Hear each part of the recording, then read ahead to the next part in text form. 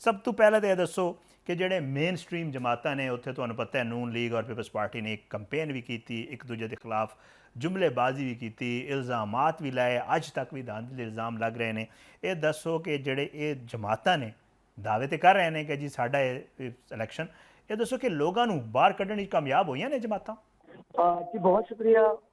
ਤੁਸੀਂ ਵੀ ਸਾਰੇ ਇਲੈਕਸ਼ਨ ਬੜੇ ਕਰੀਬ ਤੋਂ ਵੇਖੇ ਨੇ ਔਰ ਇਹ ਸਾਰੇ ਅਮਲ ਤੋਂ ਤੁਸੀਂ ਵੀ ਬਖੂਬੀ ਵਾਕਿਫ ਹੋ। मैं तो नहीं कह सकता कि बड़ा कोई मिसाली इलेक्शन है, यानी कि जिम्मे माजी के होते रहे, क्योंकि आज़ाद कश्मीर के हालात गुज़श्ता 1-2 माह तो काफ़ी मखदूश सूरत हाल रही है। इंटरनेट की अदम दस्तियाबी समेत बहुत सारे इशूज़ का सामना रहे हैं और इसकी वजह तो शायद प्रॉपरली तमाम सियासी जमात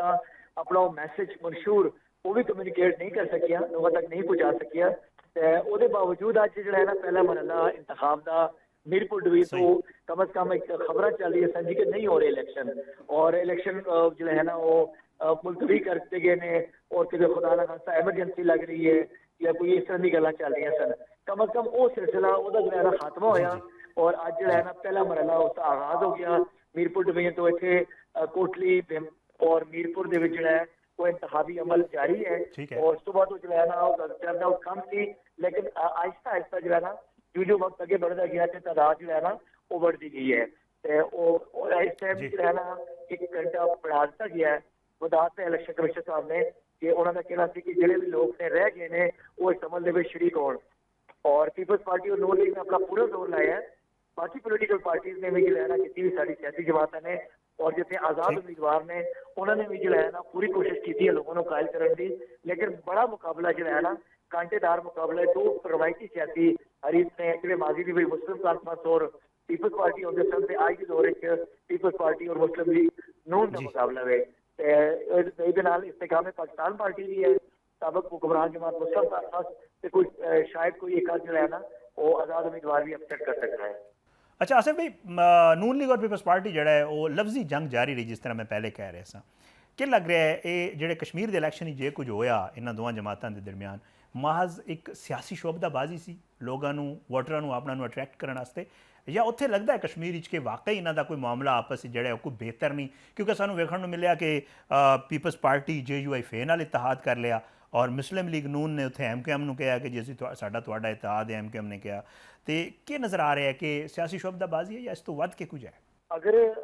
सच्ची गल पुछो जो लोग कहते हैं, जो लोगों की उमूमी राय है जो जुबान खल्क नकार है खुदा कहते हैं, वो लोग ही समझते हैं कि इन्होंने 2 पार्टियों का फिक्स मैच है। वो कहते हैं कि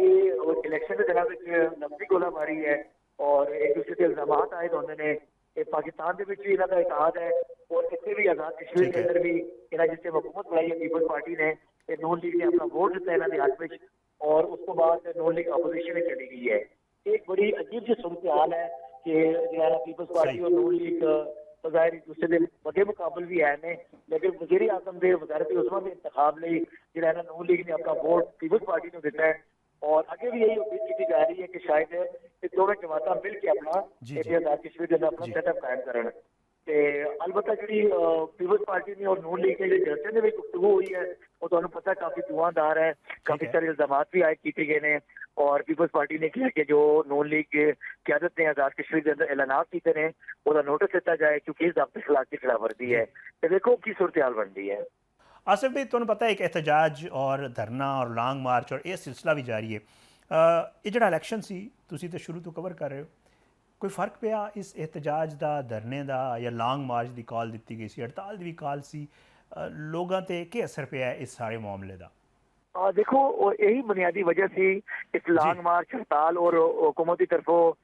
जी कलअदम करार दी गई अवामी एक्शन कमेटी है उन्होंने जो मुजाहरे सन उन्होंने जो धरना दिता सी रावलाकोट, इसी वजह तो शायद सियासी मुबसरीन का यह भी कहना है कि शायद एक वजह यह भी सी कि जिस वजह तो मरहलावार इंतखाबात की नौबत आई है, वरना ये तो पहले जो है ना 1985 तो लेकर आज तक जो है ना नौबत नहीं सी आई। तो एक सैक्टर है जो मुतासर कर रहे हैं और हले पुंछ डिवीजन के इंतखाब होना ने,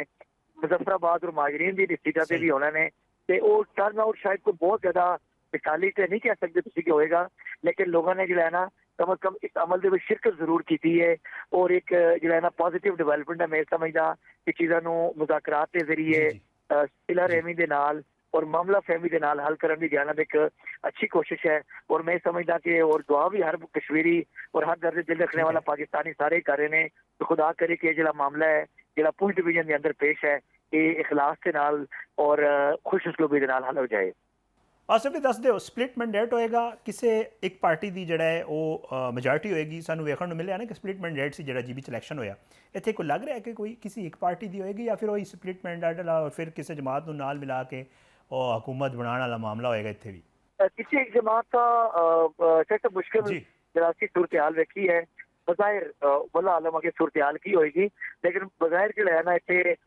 नून लीग नूं जो है ना वो कह रहे हैं कि जो सियासी सूरत हाल वेखी है गलबात हुई है नून लीग को जो है ना मामूली के फर्क के नाल बरतरी हासिल है और peoples party neck to neck उसका मुकाबला कर रही है। चंद दिन पहले पीपल्स पार्टी को थोड़ा एज हासिल थी ये कोई बदलती हुई सूरत हाल है जिसके बारे हतमी तौर पर तुम कुछ नहीं कह सकते लेकिन इतने लग ये रहा है कि दोनों पार्टियों को कोई ना कोई जो है ना सीटें उन्हें हिस्से जाएगियां और जाहिर है जी हुकूमत जी पाकिस्तान हुकूमत होएगी उन्होंने भी एडवांटेज हमेशा तो रहा है। ये और देखना है कि क्या वो एडवांटेज बरकरार है क्या वो सूरत हाल बरकरार है या कोई तब्दीली आएगी। लेकिन लग ही रहा है कि पीपल्स पार्टी और नून लीग तो मीरपुर तो जो है ना वो कम अज कम 6-8 से रेशो तो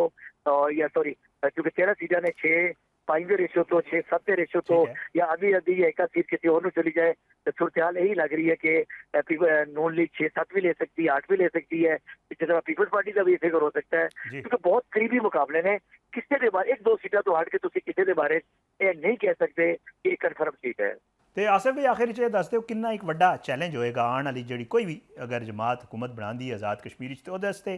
केड़े अगर मैं कहां कि 1-2-3 करके दस दो तो पहले 3 वड्डे चैलेंजेस जड़े ना उस जमात वास्ते केड़े होंदे ने?